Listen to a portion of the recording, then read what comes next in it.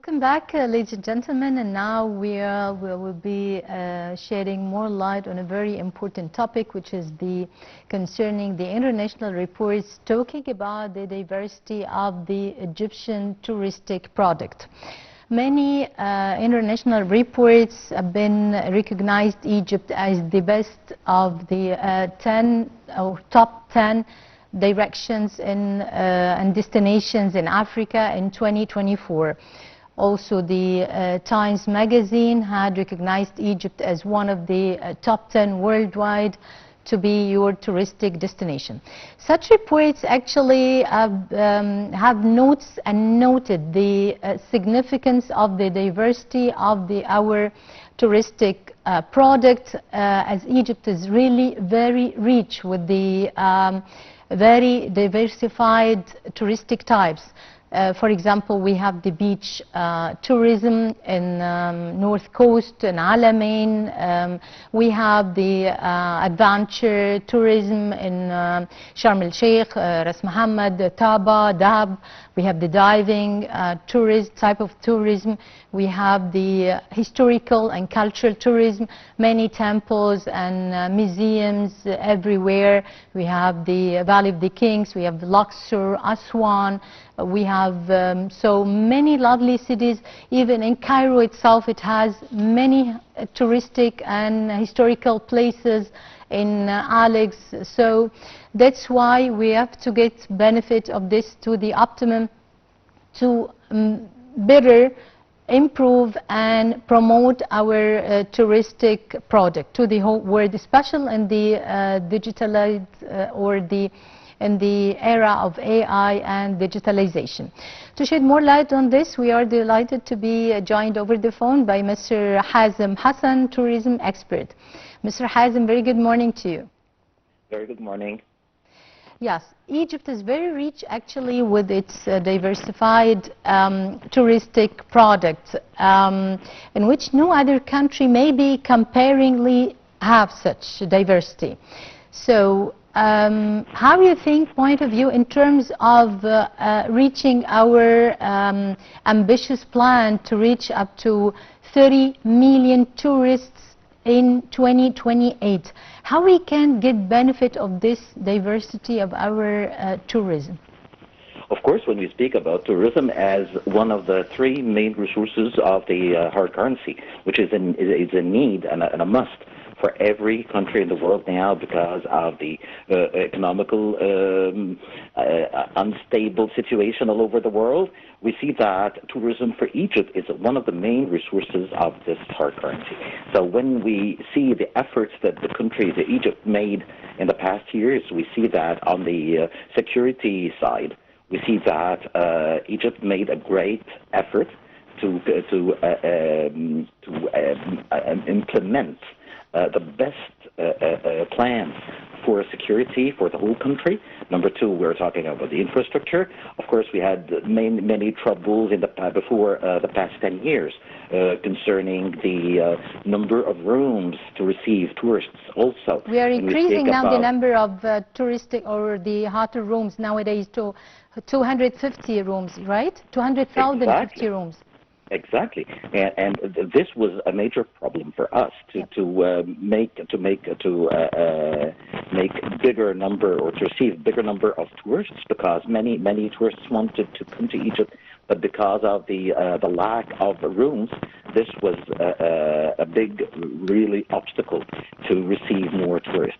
This is not the actual situation, because the government is encouraging the investors either from Egypt or from foreign countries, especially the Arab countries, Gulf countries, who are investing really in a very good way to improve our capacity, either in Cairo or the other touristic cities, like I'm talking about Sharm el-Sheikh, about Hurghada, about the Red Sea in general, and also a new destination that appeared on the northern coast.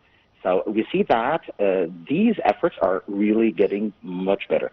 In addition to what the government made by creating new cities, talking about Alamein, especially the new capital city, we're talking about a lot of new society, new community that are built in a very smart way smart cities, as we all know.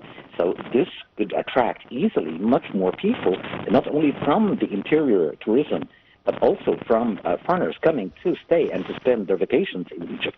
So for this point especially, we see that either the Egyptian state or the investors, they're doing their best to make a greater interest from coming from a bigger number of rooms, which means a bigger amount of money that will be collected from tourism for Egypt and the investors investing in Egypt. Also, we must must shed light on actually the diversity of attractions in Egypt, especially when we speak about the archaeological sites, the cultural tourism, the religious tourism. When we speak about the trips that are planned to be organized for Christian tourists, for Christian pilgrims to come and to go on the traces of the Holy Family in Egypt, all the way visiting the monasteries, visiting the important religious sites for the Christians. When we speak also about the, even now we started to see that the Egyptian government organized many world championships in different sports. When we speak about sport tourism, we see that Egypt organized several sports encounters, international ones. This was a great success for Egypt, and because of the great weather that Egypt possessed, especially in winter. So this was another attraction for Egypt that we started to see. Egypt was not that important in organizing sports encounters. So now Egypt started to put itself on the map of the sport tourism. When we speak about the nature, about the beaches and the deserts, the desert safari desert, we see that. And we had successfully arranged and organized many successful championships, like the handball one, like the squash, always in Hurghada and El Gouna, and international championships. Yes. Exactly, and we, in addition to this, we see that also, as I mentioned, the tourism based on nature, the Egyptian desert is marvelous, is gorgeous, and when we see that the pollution is really reduced to the maximum in these areas, we see that even the people, the Bedouins in the desert, they make the whole desert every year before each touristic season, winter, they go and clean up all the desert. Some of the tourists, unfortunately, they leave some plastic, for example, on the ground. So they go in the desert by themselves and they clean up everything. So this reduces the pollution in the desert, and it encourages many people to come and to visit the desert and breathe fresh air with the zero pollution. It's a very it's wanted destination when we see that from different countries. Egypt, that's why I believe Egypt possesses all the potential to be a main attraction for tourism, even if in the area we might find some difficulties about security all around.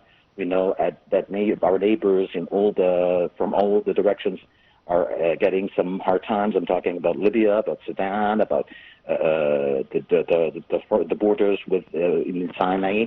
So we see that. However, the difficulties here are very challenging. But we see that the Egyptian government is doing very well on all sides to encourage tourism. And when we speak about the instability, as you mentioned, of course it affects us, even if we are stable in our country and we enjoy the whole security and stability in Egypt, but this affects us, of course. The strategic political turbulences or tensions around. Sir Hazem, I'd like to ask you here concerning, when we talk about tourism industry, we talk about three main pillars. We talk about strategic marketing plan, we talk about connectivity, we talk about accommodation. Accommodation, you've mentioned that, and we are going really on the process that we are paving the way for, and we are increasing the hotel rooms by 250,000 rooms to secure this. When we talk about connectivity, the flights, etc., the charters, etc., and when we talk about strategic marketing plan, which is a big challenge for our touristic field, how you find it, your point of view? It's a very good plan, especially we have to bear in mind that the situation in the region, it doesn't really encourage investors to come to Egypt. But on the other hand, we see that there are many elements that are helping and encouraging the investors to come to Egypt and invest specifically in the infrastructure serving tourism. When we see that we have a very moderate climate, the weather in Egypt is very stable compared to our neighbors. We see that also for the abundance of the manpower in Egypt, especially that the Egyptians by nature and by culture, they are very welcoming people. They open their arms to all the countries and all nationalities. So the smile of the Egyptian working in tourism and even in the streets, it's a main attraction. More than 30 years of work in tourism, but the most important remark that I got: keep your smile, keep your smile. This is a very important thing, because the tourist, when he comes to a foreign country, is waiting for the smile, how he is received. Is he welcomed really in the country or not? So the Egyptians, by nature, they are welcoming people and very generous people, and we see all the time on Facebook or any other media, social media, we see many tourists showing us how they were received by their guide or somebody, or a taxi driver. They are invited at home by this Egyptian person. So this is a major interest and a major asset for the Egyptians in tourism. Second thing, we see that the people, they receive sometimes from some news trying to minimize the number of tourists and pushing them out of the idea of visiting Egypt. So this is we are making encounter really effort by showing on the social media how interesting Egypt is. We see the prices. The prices in Egypt are very, very low comparing to many countries. And also, I have to mention that the quality of service in Egypt today is growing very fast. We see that a lot of people are now qualified in tourism, and they're able, especially on the level of the food. Yeah, of course, we've got to get use or to get benefit out of this and out of our diversity in our touristic product in Egypt, to the best of Egypt and the best of the tourism sector.